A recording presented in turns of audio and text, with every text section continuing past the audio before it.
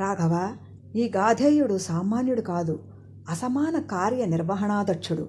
ఈ కౌశికుని సంకల్పం ఎట్టి పరిస్థితిలోనూ వికల్పం కాదు.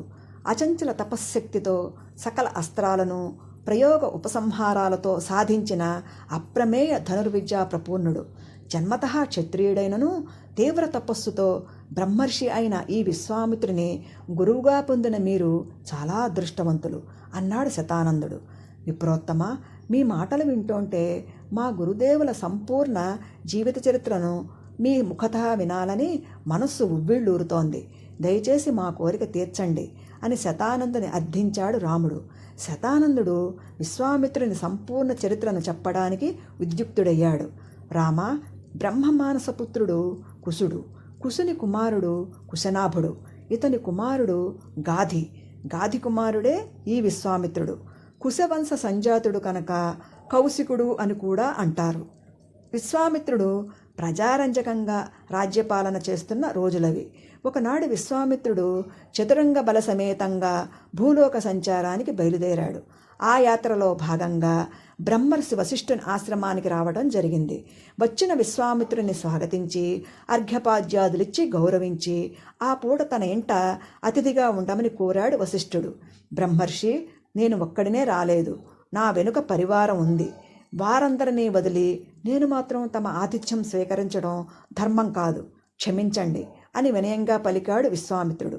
అప్పుడు వశిష్ఠుడు చిరునవ్వుతో, మహారాజా, మీతో సహా మీ పరివారానికి కూడా అతిథి సత్కారాలు జరుపుతాను, కాదనవద్దు అనగా విశ్వామిత్రుడు ఆశ్చర్యపోతూ, ఏమిటి బ్రహ్మర్షి మీరంటున్నది? నా సైన్యమే అక్షౌహిణి ఉంటుంది, ఆ పైన అశ్వికదళం, గజదళం, నటీనట గాయక బృందం, మంత్రి పురోహిత దండనాథాది అనుచరవర్గం అని అంటోంటే అందరికీ సంతృప్తిగా అతిథి సత్కారం చేస్తాను అని పలికాడు వశిష్ఠుడు. ఆశ్చర్యపోతూ, అలాగే జరిపించండి అన్నాడు విశ్వామిత్రుడు. వశిష్ఠుని దగ్గర కోరిన కోరికలు తీర్చే కామధేనువు ఉంది. ఆ కామధేనువు పేరు శబల. వశిష్ఠుడు ఆ శబల దగ్గరకు వెళ్ళి భక్తిగా చేతులు జోడించి, అమ్మా శబల, ససైన్య సపరివార సమేతంగా వచ్చిన మహారాజుకు ఆతిథ్యం ఇవ్వాలని సంకల్పించాను. మన గౌరవానికి తగిన విధంగా మహారాజుకు వారి పరివారానికి సంతృప్తి కలిగే విధంగా వారు కోరిన విధంగా ఆతిథ్యానికి సర్వం సిద్ధం చేయమని నా ప్రార్థన అన్నాడు. మరుక్షణంలో అన్నపురాసులను, నమిలి తినదగిన రకరకాల కూరలను, నాకుతూ తినదగిన పలు రకాలైన పచ్చళ్లను, త్రాగుతూ తినదగిన వివిధ పులుసులను, రసాలను, పాయసాలను, పానీయాలను, నంచుకు తినదగిన ఊరుగాయలను, అనేక రకాలైన మధుర భక్ష్యాలను, ఫలాలను సభల సిద్ధం చేసింది. విశ్వామిత్రుడు ఆశ్చర్యంగా చూస్తుండగానే అతని పరివారం, సేనావాహిని భోజనానికి ఉపక్రమించారు. చాలా కాలం నుంచి విశ్వామిత్రుని వెనుక తిరుగుతూ మంచి భోజనం చేసి చాలా రోజులైనట్లు అందరూ ఆవురోవరమని తింటున్నారు.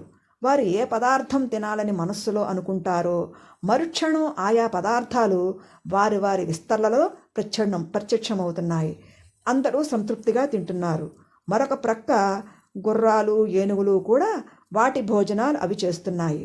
తన కనుల ముందు సభల చేస్తున్న ఆ ఇంద్రజాల మాయాజాలాన్ని చూస్తున్న విశ్వామిత్రుడు కూడా ఆశ్చర్యపోయి ఆ విందును ఆరగిస్తున్నాడే కానీ అతని మనస్సు రకరకాల ఆలోచనలు చేస్తోంది. అందరూ ఆనందపడుతూ వశిష్ఠ మహర్షి ఇచ్చిన ఆతిథ్యాన్ని మెచ్చుకుంటూ భోజనాలు ముగించారు. అందరూ తాంబూల సేవనం చేస్తున్న సమయంలో విశ్వామిత్రుడు చేతులు జోడించి ఎంతో భక్తిగా, బ్రహ్మర్షి, మీరు చేసిన అతిథి సత్కారం అపూర్వం, అద్భుతం, అనూహ్యం, నా భూతో నా భవిష్యతి. అన్నిటినీ మించి మీ సబల మాయాజాలం నన్ను మరింతగా ఆకర్షించింది. అందుకే నా మనసులోని మాట చెప్తున్నాను. కోరిన కోరికలు తీర్చే మీ సబల ఇలా ఆశ్రమాల్లో కాక మా వంటి మహారాజుల రక్షణలో ఉండాలి. ఘోరత్రమైన మీ సభలను నాకు బహూకరించండి. ఇందుకు ప్రతిగా బంగారు తొడుగుల కొమ్ములు, గిట్టలకు వెండి మువ్వల పట్టీలు, మెడకు నడుముకు చిడుగంటల గొలుసులతో అలంకరింపబడిన మంచి వయసులో ఉన్న 1,00,000 గోవులను ఇస్తాను అన్నాడు. వశిష్ఠుడు పలకలేదు. చాలదా బ్రహ్మర్షి? దంతాలకు బంగారు తొడుగులు, నడుముకు మెడకు చిరుమువ్వల బంగారు గొలుసులు, చెవులకు చిత్ర విచిత్ర సువర్ణాభరణాలు గల 14,000 ఏనుగులనిస్తాను. అంతేకాదు తెల్లని అశ్వ చతుష్టయముతో కట్టబడిన 800 బంగారు రథాలను, మంచి వయస్సు, బలము, జవము, వేగము గల 11,000 మేలుజాతి గుర్రాలను ఇస్తాను. అయినా మీకు తృప్తి తీరకపోతే మీరు కోరినంత బంగారం, వజ్ర వైఢూర్య మరకత మాణిక్యాది నవరత్న రాసులను సమర్పిస్తాను. శబలను నాకు ఇచ్చేయండి అన్నాడు.